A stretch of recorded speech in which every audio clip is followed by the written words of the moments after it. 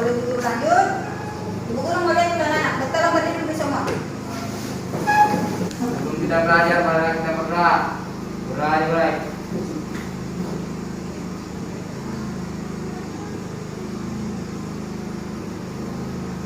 Doa selesai. Kita lagu nasional untuk hari ini lagu apa? 17 Agustus. 17 Agustus 1945. Iya, kita menyanyi sama-sama ya. 1, 2, 3. 17 Agustus tahun 45, itulah hari kemerdekaan kita. Sebelum Guru lanjut, Ibu absen dulu ya. Siapa yang sudah hadir sama kalian hari ini? Sini ya, alhamdulillah ya. Jadi anak-anak itu tetap selalu jaga kondisi ya, supaya kegiatan pembelajaran kita berjalan dengan baik. Kalian harus tetap jaga kondisi. Ini masa pandemi, masa pandemi, jadi kita semua selalu berusaha supaya kita tetap sehat ya. Jangan suka begadang. Masih ada buah beredar di sini? Ada Bu. Siapa yang masih buat main game? Ivan, kurangi. Ya, anak-anak, Ibu Guru tidak sejatinya mengingatkannya, kalian harus tetap semangat, selalu semangat untuk mengikuti kegiatan pembelajaran. Kenapa? Apa yang kalian dapatkan di sini ini modalnya kalian ya, modalnya kalian ke depan. Siapa yang akan menjadi tulang punggung keluarga kalau bukan kalian? Apa yang kalian dapatkan di sini itu akan jadi modalnya kalian. Kalian akan keluar sendiri. Pengetahuan yang kalian dapatkan di sini itu akan kalian keluar sendiri ke depannya. Di luar sana masih banyak sekali ya anak-anak yang ingin punya kesempatan seperti kalian tapi tidak mendapatkannya. Di televisi banyak ya anak-anak yang seumuran kalian, yang harusnya mereka seperti kalian dulu di bangku sekolah, tapi mereka malah di jalanan menghidupi dirinya. Kalian ini kesempatannya emas, banyak besar sekali, bagus sekali kesempatannya kalian. Hanya dulu datang belajar, itu pun yang akan nikmati bukan orang lain nanti. Kalian yang akan nikmati nanti. Mereka mau tapi tidak bisa. Jadi manfaatkan ya. Oke? Ya. Nah, minggu lalu kita sudah belajar tentang alat, bahan, dan wadah pemakaiannya. Ya, jadi Ibu mau tanya dulu. Siapa yang masih ingat alat apa yang digunakan dalam kegiatan pemanenan ikan? Saya Bu. Iya, apa itu sudah mana yang pertama? Jaring apa? Jaring apa?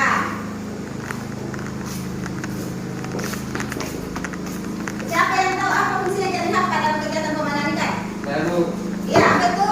Fungsinya untuk memudahkan dalam mengumpulkan larva. Iya, memudahkan dalam mengumpulkan larva.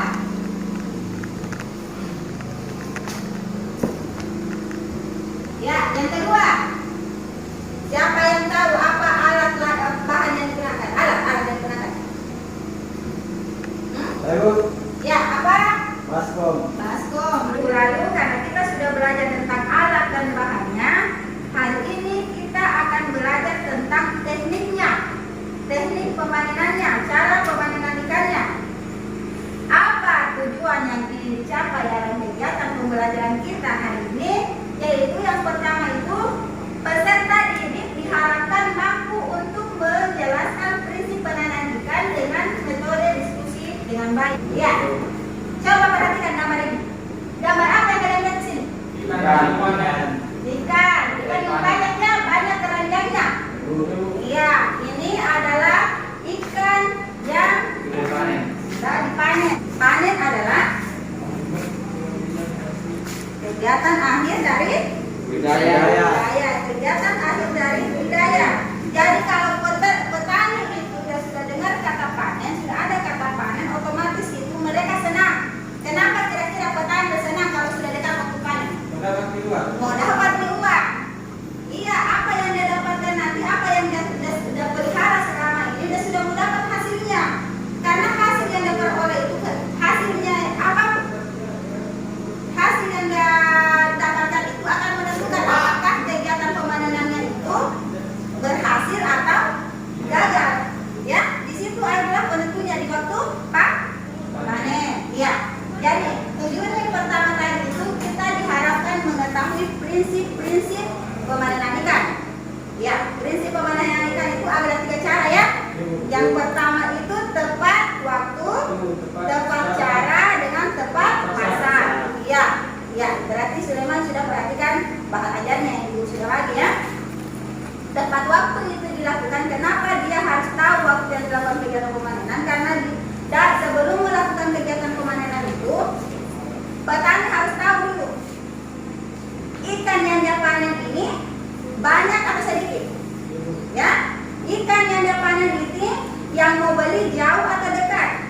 Itu maksudnya dia harus mengetahui prinsip tepat waktu. Karena kalau ikan yang dia mau pesan, dia mau panen itu banyak, berarti waktu yang diperlukan juga banyak. Waktu yang diperlukan pastilah lama. Jadi dia harus tahu tepat waktu, berarti dia harus tahu berapa lama waktu yang digunakan dalam kegiatan pemanenan.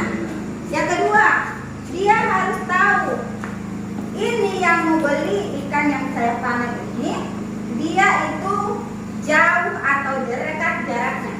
Kenapa kira-kira harus tahu jauh atau dekat jaraknya? Karena kalau misalnya dia jauh jaraknya, berarti dia harus panen di waktu-waktu malam. Kenapa kira-kira? Kenapa harus panen waktu malam kalau jaraknya jauh? Supaya tidak panas. Iya, supaya dalam waktu pengangkutan, setelah dipanen, waktu pengangkutan karena jaraknya jauh itu tidak terkena sinar matahari. Ikan yang kita panen itu tidak terkena sinar matahari, toh? Kalau misalnya dia panen pagi, jarak yang tempuhnya itu berapa jam? Berarti setelah panen langsung dikemas, kemudian diangkut, dibawa ke tempat penjual dan tempatnya orang yang mau beli. Otomatis ikan yang kita pelihara ini, ikan yang harus kita panen ini, dia akan terkena sinar matahari secara langsung, toh? Iya. Jadi dia itu kalau misalnya ikan segar, otomatis ikan yang kita kemas ini, kalau misalnya dia ikan hidup, dia akan stres karena suhu airnya panas.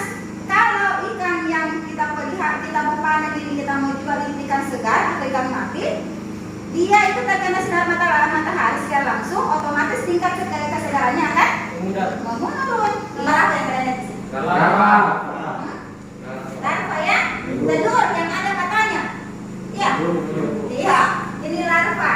Di gugur sebelum gugur langit ini kegiatan pemanenan berdasarkan umurnya ya. Ini pertama itu panen larva, kedua panen benih, yang ketiga panen ikan konsumsi. Kalau sebelum gugur langit di sini, gugur bertanya lagi. Anak-anak itu semua, siapa yang bisa jelaskan Ibu Guru apa perbedaannya itu larva dengan benih? Tahu. Iya, apa itu? Larva adalah ikan yang belum lengkap organnya. Ya. Organ tubuhnya. Benih itu adalah ikan yang sudah lengkap organ tubuhnya, tapi ukurannya kecil. Iya. Itu yang membedakan antara larva dengan benih. Itu seperti yang kalian lihat ini, larva itu adalah benih anak ikan yang ukurannya belum lengkap. Ini seperti ini kita lihat, ini namanya larva dan dia itu belum ada siripnya, belum lengkap organnya ya. Sedangkan kalau benih itu organnya sudah lengkap tapi ukurannya masih kecil. Ya. Sudah paham tadi, sudah tahu tadi rumusnya Pak? Nah. Angka kecil saja. Pada waktu kegiatan budidaya ada sekitar benih yang ditebar adalah 100.000 ekor. Pas waktu pemanenan hanya tinggal 80.000 ekor. Berapa SN? Siapa yang bisa kata sih?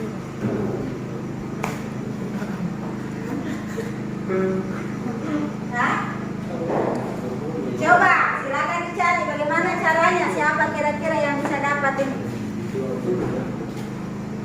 8 pada waktu kita pelihara pertama 100.000. Pas kita pelihara panen tinggal 80.000. Masih nggak lulus? Hah? Berapa kira-kira? 80%. Tetap 80.000. Hah?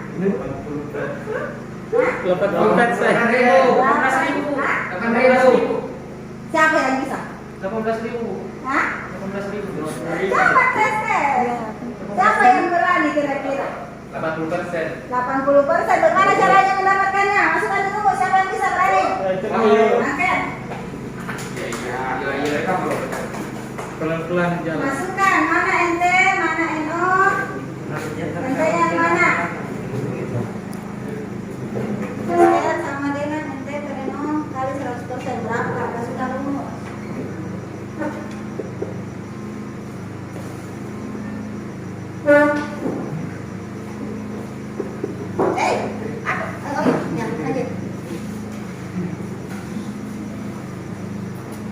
Parsial ditambah adalah yang pertama, panen parsial memberikan kesempatan pada ikan yang tersisa di kolam tumbuh lebih besar. Yang kedua,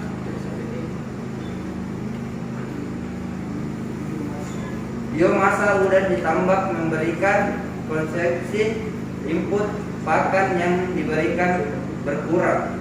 Yang ketiga yaitu kandungan limbah seperti amonia yang dihasilkan akhir periode budidaya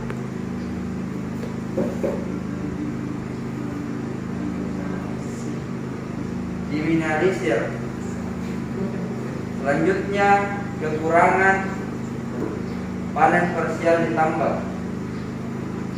Yang pertama yaitu hasil panen berkurang dan tingkat stres ikan yang tidak dipanen tinggi. Itulah hasil persentase dari kelompok kami. Apakah dari kelompok 2 ada pertanyaan? Ada. Ya, itulah hasil diskusi dari kelompok 1 tentang panen parsial ya. Jadi untuk kelompok yang lain, kalau ada yang ditanggapi dipersilakan, dan tolong kelompok 1 perhatikan ya. Awal dari kegiatan pasca panen untuk pengendalian mutu ikan. Pemanenan ikan dalam usaha budidaya harus memperhatikan prinsip-prinsip panen, yaitu tepat waktu, tepat cara, dan tepat pasar. Penentuan waktu. Itu sebagian dari etapannya. Ini adalah kesimpulan kita pada hari ini. Tadi kesimpulannya sudah bagus, cuman anak-anak tidak masukkan bagaimana kita tadi membahas tentang mortalitas kok. Kita membahas tentang SR ya, tapi tidak ada. Jadi dulu tambahkan jadi ungkapan. Silakan diperhatikan. Ya, tidak? Ya. Jadi untuk hari ini anak-anak sudah melakukan kegiatan diskusi ya. Ibu guru perhatikan itu kelompok, ada kelompok yang aktif sekali dan ada kelompok yang masih mau ditingkatkan keaktifannya ya. Jadi untuk kelompok 2 ibu guru anggap hari ini dia lebih aktif dari kelompok 1 ya. Silakan kelompok 1 tetap tangan dulu untuk kelompok 2 ya. Terutama para gadisnya, ibu guru harapkan keaktifannya ditambah ya, dan ditingkatkan lagi untuk minggu depan, pertemuan minggu depan lebih aktif lagi ya, ibu guru harap ya. Ya, jadi untuk pembelajaran hari ini sudah selesai. Ibu guru sudah anggap tuntas ya. Ibu guru sudah anggap tuntas untuk pembelajaran hari ini, dan ibu guru ada ini tes, ini soal. Ibu guru akan bagikan di grup ya. Ibu guru akan bagikan di grup, kalian kerjakan ini tugasnya sebagai tugas di rumah ya. Untuk minggu depan kita akan turun aktif ke lapangan Ya Bu. kita akan melakukan yang namanya observasi ke lapangan untuk memenuhi tujuan yang ketiga ini ya. Ya, Bu. Kita akan turun di lapangan melakukan kegiatan observasi untuk memenuhi permintaan yang ketiga ini ya. Ya Bu. Oke? Ya Bu. Nah, oke. Jadi sebelum tutup, silakan dari kelompok mana yang bisa pimpin doa? Akhir. Oke, akhir. Pertanyaan?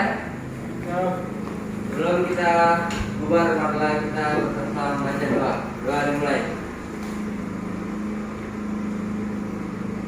Doa selesai.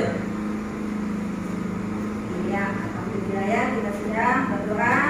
Semoga apa yang kita pelajari hari ini dapat bermanfaat untuk